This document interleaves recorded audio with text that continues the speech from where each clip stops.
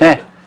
예, 안녕하세요. 예, 안녕하세요. 예, 69강 무릎범입니다. 예, 근데 무릎범은 사실 모두범이라고 그러거든요. 요런 글자 많이 쓰죠. 범용 뭐 이런 거 할 때. 그래서 무릎범, 모두범은 어떤 형태를 갖고 있고 어떤 의미가 있는지 이제 이 69강에서 설명드리겠습니다.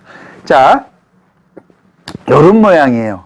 요런 모양인데 두 개를 같이 놓는데 공통점이 있는데 여기에 우리가 지난 시간에서 배웠던 게 들어가 있죠.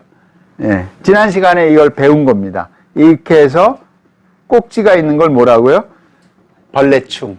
예, 그러니까 벌레 회지요. 예, 그리고 세 개가 있을 때 벌레충이고, 예, 없으면은 뱀사루 했다는 거. 근데 이게 무릎범이에요. 근데 이 글자가 바뀌어서 요런 식으로 이제 된 거거든요. 요런 모양으로 된 거예요. 옛날에는 요렇게 다 그렸죠. 예, 그림 모양이 이제 두 개인데, 이 한자가 가지고 있는 뜻이 뭔지를 한번 보겠습니다. 자, 모두범은 모든 것을 하나로 묶어서 하는 말이며, 두이와 미칠급의 구성으로 이는 짝이다. 구성이 두이와 미칠급의 짝이라고 돼 있는 거예요. 그럼 두이를 찾아야 되잖아요. 예? 두이 자가 보이십니까? 아마 안 보이실 거예요. 그 다음에 이거 미칠급 자가 보이시나요? 잘 안 보일 거예요. 저도 안 보여요. 예. 다 보이는 게 아니에요. 지난 시간에 제가 강조해서 말씀드렸던 이 문자를 쓰는 그 시대에 문화적 환경이나 사용했던 환경을 이해했을 때 이 글자가 보이는 거죠. 근데 이제 미칠급 자 같은 경우는 유사하긴 합니다, 이게. 근데 아무리 제가 봐더라도 잘 모르겠더라고요. 그래서 저 또한 그냥 그렇게 쓰는데 의미는 모든 것을 하나로 묶는 말이라는 거죠. 그거는 뭐냐면은 범용이라는 거죠. 범용. 그래서 취,괄, 이, 언냐. 예, 일반적이다. 범용으로 사용하다. 보편적이다 할 때 우리가 범자를 쓰거든요. 그래서 이 범자는 그렇게 보시면 될 것 같습니다. 그래서 범자는 이렇게 쓰는데 두이는 짝이에요. 짝이라는 거는 두 개를 합한다는 거거든요. 그러니까 짝을 이루는 거예요. 짝을 이루는 단어가 한번 나왔는데 그게 언제 나왔냐면은 두이 때 나옵니다. 하나는 하늘이라고 했고요. 그러면 하늘에 짝이 되려면 땅이 있어야 되잖아요. 그때 두이라는 거죠. 항상 짝을 만들어내는 거죠. 그리고 최소한 동북아 문명에 있는 문자의 속성은 다 짝을 이룹니다. 왜? 사물이 태어나는 모든 거는 암수가 있고 그다음에 하늘이 있으면 땅이 있고 부모가 있듯이 대부분 짝을 이루어요. 그게 이제 음양이라는 어떤 개념으로 발전하는 거죠. 그래서 음양 속에서 두 개가 하늘 짝이면은 그 안에 교차하는 게 있는데 효라고 그랬죠. 그 효는 오행이다. 제가 설명드렸을 거예요. 뭐 오행은 우리가 늘 쓰는 일월 화수목금토. 그죠? 그래서 이 말은 총체적으로 만드는 거죠. 그러니까 짝을 이루어서 했다라는 뜻이에요. 자, 그래서 범용으로 쓰이는 거고요. 그때 이제 일반적인 용리는 범내 또는 대범하다 또는 평범하다 할 때 이런 용례를 씁니다. 자, 이게 모두범이고요. 자, 모두범에 아까 있었던 글자 있어요. 이 글자에 뭔가 안에 들어가 있어요.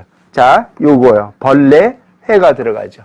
그러면은 부수가 이런 경우는 벌레, 회가 부수가 되는 게 아니라 부수가 하나 만들어졌죠. 바람풍이에요. 그래서 이제 바람이잖아요. 바람도 그냥 바람으로 설명하지 않고 옛날 분들은 이렇게 했어요. 8바람이며, 예? 바람은 벌레를 만들고, 재밌죠? 바람이 있어야 벌레를 만드는, 그러니까 벌레를 이 안에다가 넣은 거예요. 예? 그래서 벌레는 8일이면 변화한다. 어떤 벌레인지는 잘 모르겠어요. 그리고 벌레가 8일의 공통성을 갖고 있는지는 잘 모르겠어요. 제가 관찰자가 아니에요. 그리고 곤충학자도 아니기 때문에 그들은 이렇게 생각한 거예요. 근데 팔풍야니까 팔풍은 유추는 할 수 있습니다. 우리가 어떤 거를 할 때 사방으로 하지 않고 사방으로 하잖아요. 근데 팔을 중요시 여겨요. 이게 어디에 나왔냐면은 사방은 동서남북이니까 좌청룡 우백호 남주작 북현무에 남아있는 거고요.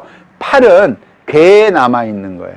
그래서 좌호선이라고 그러죠. 위아래로. 그리고 묘유선이라고 그럽니다. 이거는. 좌우는 묘유, 위아래는 말하자면 좌호선이에요. 그러면 여기에 사각으로 한 게 뭐냐면 이거는 입춘이 되고 이거는 입하가 되고 입추가 되고 입동이 돼요. 그래서 팔개를 할 때 항상 8방향으로 만듭니다. 그래서 팔풍야, 그러니까 바람은 움직이면은 충생, 뭐가 만들어진다? 벌레가 만들어진다. 근데 완전히 바람이 없는 밀폐된 공간에서는 벌레가 없겠죠. 제가 봐도, 벌레도 생명이니까. 그래서 고, 충, 8일 이화인데 이 내용 또한 저도 잘 모르겠습니다. 왜 8일 만에 만들어지는지. 근데 8일 만에 만들어지는 무슨 특별한 벌레가 있지 않나라는 생각이 드는 거예요. 최소한 2000년 전의 문화를 이해를 해야 돼요. 그래야만 이걸 정확히 할 수 있습니다. 그래서 풍랑, 풍경할 때 거기에 벌레가 들어가 있는 겁니다. 혹시 바람풍자를 쓸 때 이게 왜 벌레 충자? 보통 하나를 벌레 충자로 이해하시거든요. 그러니까 벌레 회자가 왜 들어갔지 하는 근거가 여기에 있는 겁니다. 그러니까 잘 이해하시면 될 것 같아요. 자, 그 다음에 단풍나무예요. 재밌는 거는 이제 단풍나무 풍자를 올려놓은 거는 우리가 단풍나무를 많이 보잖아요. 단풍나무는 항상 물들어 있잖아요. 거기다가 나무목을 하면은 나무목 부스를 찾아간 거죠. 그래서 단풍나무인데 왜 그런지는 모르겠어요. 근데 단풍은 요렇게 씁니다. 붉을 단자. 근데 제가 식물을 표현하는 글자를 할 때 풀을 청자에 이 단자가 나온다고 그랬죠. 그게 뭐냐면은 풀을 청자를 쓰면은 이렇게 쓰죠. 그럴 때 여기에 붉을 단이라고 제가 그랬죠. 모든 식물은 나올 때 밑둥은 전부 붉다 나오는데, 자, 이제 반복하겠습니다. 이제는 하나씩. 단풍이에요. 붉은 나무이기 때문에 단풍이라고 그런 거고, 붉은 게 나오면서 어떻게 된다? 파란색으로 변한다. 그럴 때 위에 있는 거는 하늘을 뚫고 나오는 거는 줄기고, 이거는 가지죠. 설명드렸죠? 기억나실 거예요. 모르시거나 기억이 안 나시는 분들은 뭐를 보시면 되냐면은 식물을 표현하는 부스를 보시면 돼요. 자, 땅에서 되면은 올라와요. 줄기가. 그러면 가지를 내린다. 근데 줄기와 가지가 어디서 나온다? 땅에서 나온다. 그죠? 그래서 날생자다. 이게 이거다. 기억나실 거예요. 그래서 풀을 청이라는 거는 맨 처음에 땅에서 나오는 줄기와 가지가 뽑기 전에 밑에가 어떤 색이다? 적색.